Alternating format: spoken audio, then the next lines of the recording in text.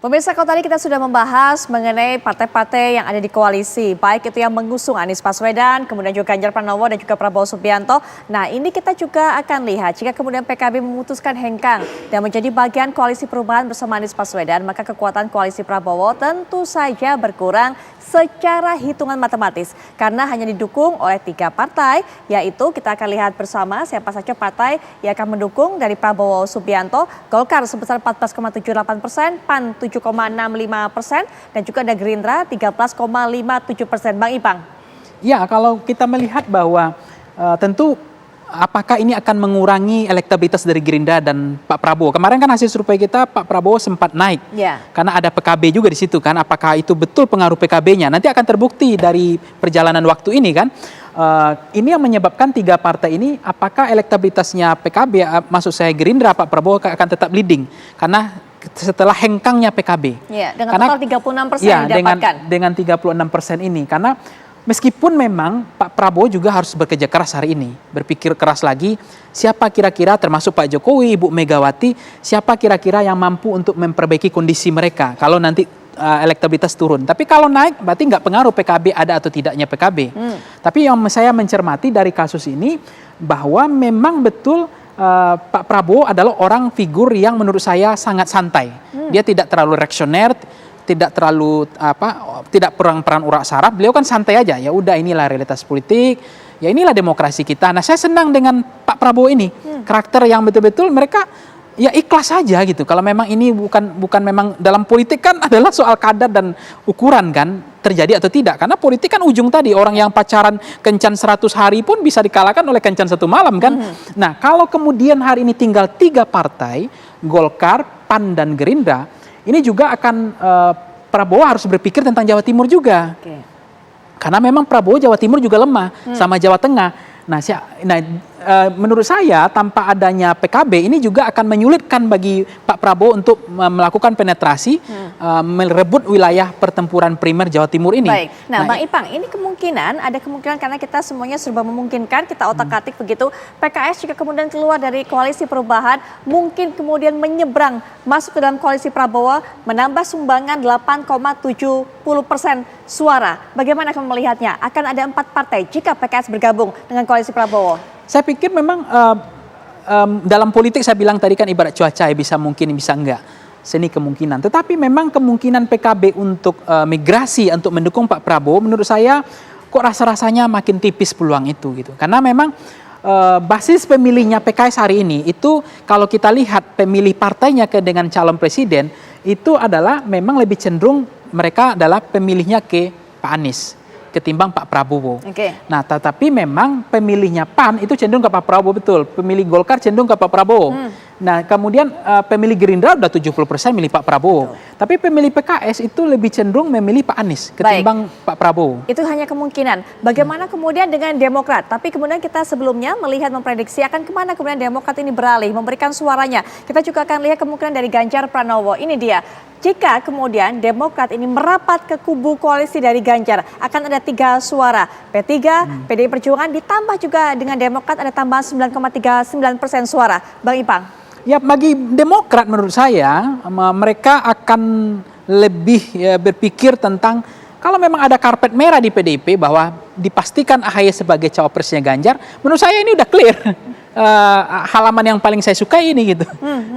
Tapi persoalannya apakah betul ada di kantong Ibu Megawati hari ini adalah ada AHY. Nama AHY di sana. Nama AHY di situ.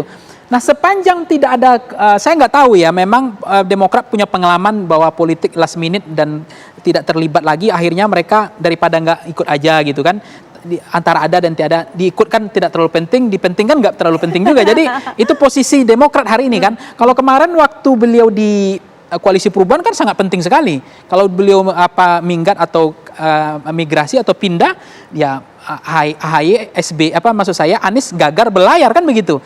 Nah, kalau kemudian hari ini bertambah Demokrat di koalisi Ganjar, itu menurut saya pasti ada pengaruhnya. Karena supra infrastruktur Demokrat harus kita akui juga. Termasuk kemudian bagaimana pengaruh suara kantong-kantongnya Ganjar yang lemah itu pakai komplementer, Mbak Putri. Oke. Jadi yang mana-mana lemah misalnya Ganjar, karena basis segmen pemilih elektabilitasnya AHY ini meskipun tidak signifikan tapi merata hampir di semua provinsi ada. Meskipun hanya di Jawa Timur tadi, Jawa Tengah rendah ya, hanya 2,6% kan. Tapi dengan bergabungnya Demokrat ke Ganjar, ini saya pikir bagus juga untuk PDIP. Karena memang ini adalah realitas politik. Ya. Walaupun dalam politik kita adalah ada dendam dan pengkhianatan kan, itu yang terjadi. Nah, Ibu Mega apakah sudah bisa menerima itu kan itu. Jadi kuncinya menurut saya, hari ini kita tidak bicara tentang PDIP, tidak bicara Ganjar, tapi bicara Bu Mega. Sejauh mana penerimaan Bu Mega bisa menerima itu. Walaupun sudah ada perbincangan yang cukup mesra sepertinya pagi-pagi antara Mbak Puan dengan Iya, Pak itu. AHY. Tapi tetap menurut saya akan kembali ke Ibu Mega. Sama persis dengan hari ini ketika memang Anies sudah oke, Partai Demokrat sudah oke, PKS sudah oke, bahwa Anies akan berpasangan dengan AHY. Tapi bagi Pak Surya Paloh tidak, kan itu problemnya. Karena kingmaker hari ini sudah teruji, Mbak. Pak Surya Paloh benar bahwa beliau kingmaker hari ini. Nah, hari ini Pak SBY punya tantangan challenge bagaimana menjadikan AHY sebagai cawapres.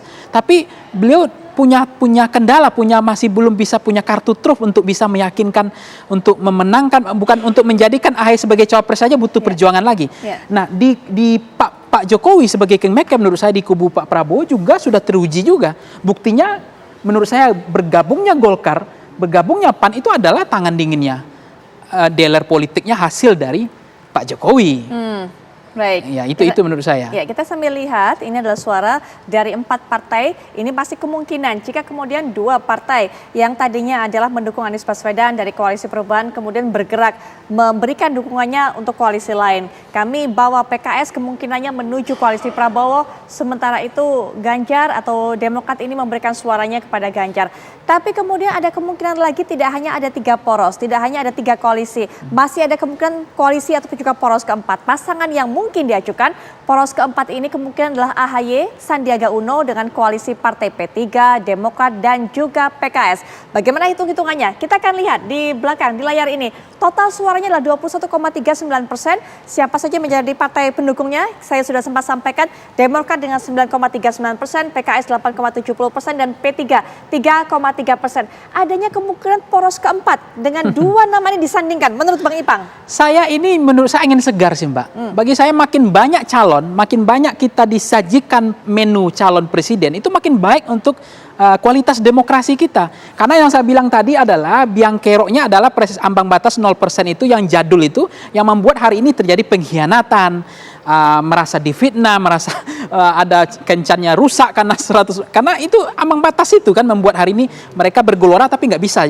Nah, maksud saya dengan adanya misalnya ini adalah poros keempat, ini kan bagus sebetulnya. Tapi problemnya adalah di dalam pertarungan ini tidak hanya sebagai kapal bisa berlayar, tapi bagaimana kapal itu juga bisa mencapai tujuan untuk kemenangan, bandwagon efeknya. Karena saya lihat ya, basis segmennya Anies, maksud saya Sandi dengan AHY, itu tidak sebagai positioning sebagai calon presiden. Mereka harus masih bisa positioning Anies sebagai cawapres. Karena itu yang sudah maksimal. Ya, sudah maksimal cawapres. Dan itu memang potensial cawapres yang paling maksimal itu memang adalah Sandi dan AHY. Dan segmen pemilihnya AHY dengan Sandi juga sama irisannya, Mbak.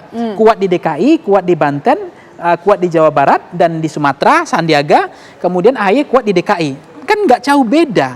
Yang kemudian positioning mereka sebagai capres juga tidak terlalu kuat. Karena yang terlalu kuat misalnya elektabilitas yang muncul sebagai hal yang dominan, signifikan itu hanya Prabowo, Ganjar dan Anies. Nah, ini yang menurut saya kalau untuk berlayar bisa saja berlayar ini cukup. Dan ini juga bagus untuk demokrasi kita karena kita akan dihadapkan banyak pilihan. Ada 3-4 poros. Pasti sudah akan ada 2 putaran. Ini menarik bahwa tidak ada kemenangan dari awal kan. Tetapi untuk menang dalam koalisi, dalam peta koalisi tentu bicara bandwagon effect. Potensi kemenangan. Karena kalau bicara kemenangan menurut saya ini sesuatu yang menurut saya untuk apa bergabung sesuatu yang tidak ada keyakinan bahwa itu menang. Karena dalam politik itu harapan. Dalam politik itu adalah menang nggak gitu. Nah, itu yang menurut saya kalau berlayar ini berlayar, tapi untuk menang belum tentu. Baik, ada kemungkinan poros keempat, kami sudah bandingkan dan juga sudah sandingkan kedua nama ini untuk Anda dengan kemungkinan total suara 21,39% jika kemudian yang mengusungnya adalah Demokrat, kemudian PKS yang merupakan pecahan dari Partai Koalisi Perubahan dan berikutnya adalah didukung oleh P3. Kami juga bawa Anda untuk bisa melihat kata yang kami pilihkan untuk kami berikan definisinya, kami artikan untuk Anda dalam Kamus Apa Kabar Indonesia Malam. Kali ini kita lihat, Kamus Apa Kabar Indonesia Malam ini merupakan menu utama, Bang Ipang, menu wajib. Kami juga mengedukasi masyarakat. Kali ini istilah yang kami pilih adalah presidential threshold. Nah, ini syarat minimal persentase kepemilikan kursi di DPR atau persentase tadi. Pada Pilpres 2019 dan 2024 nanti aturan presidential threshold adalah 20% dari jumlah kursi DPR atau memperoleh 25% dari suara sah secara nasional pada pemilu anggota DPR sebelumnya. Ini yang dikritik tadi oleh Bang Ipang, yang disebutkan bahwa ini merupakan hal yang jadul begitu ya Bang. Dan ini yang membuat kemudian terjadinya pengkhianatan kalau menurut Bang Ipang. Ini yang bikin drama, peraturan ini Bang Ipang. Ya, ini menurut saya peraturan yang bagaimana kita memikirkan di negara lain kalau kita komparasi, Mbak. Saya kan belajar pemilu hampir 15 tahun ya. Itu tidak ditemukan presiden threshold begini. Kalau dia sudah menjadi peserta pemilu, dia punya hak untuk mengajukan calon presiden. Dan anehnya lagi kalau dulu is oke lah, karena pemilunya di Februari, pilegnya, pilihan partai. Kemudian misalnya pemilihan presidennya di bulan Juni kan atau Juli misalnya ya. Nah, cawapres atau ambang batasnya dipakai yang di bulan Februari, yang tahun itu juga hasil pemilihan terakhir yang di tahun yang sama, tiketnya nggak dirobek. Ini kan tiket udah expire Mbak, 2019 dipakai untuk bertarung di 2024, jadi nggak nyambung, jadi jaka sambung nggak nyambung. Jadi menurut saya ini yang membuat jadi sumber kalau kita bicara tentang kenapa hari ini terjadi pengkhianatan ini dan seterusnya, ya karena memang semua calon presiden kita itu punya DNA untuk bagaimana ketua umum ini punya harga diri Mbak. Misalnya dalam kongres diputuskan, Bapak ketua umum kita harus maju, misalnya Pak Erlangga atau Caimin. Tapi ternyata di koalisi nggak diterima, susah gitu. Itu yang membuat beban bagi partai sehingga mereka memutuskan ya ini bagaimana terjadi di Caimin hari ini gitu. Baik, Bang Ipang, terima kasih sudah menemani kami semua dari awal sampai kemudian menyajikan data-data grafis ini. Kita akan tunggu bagaimana pergerakan peta koalisi ini ke depannya karena masih akan terus sangat cair, masih akan sangat dinamis.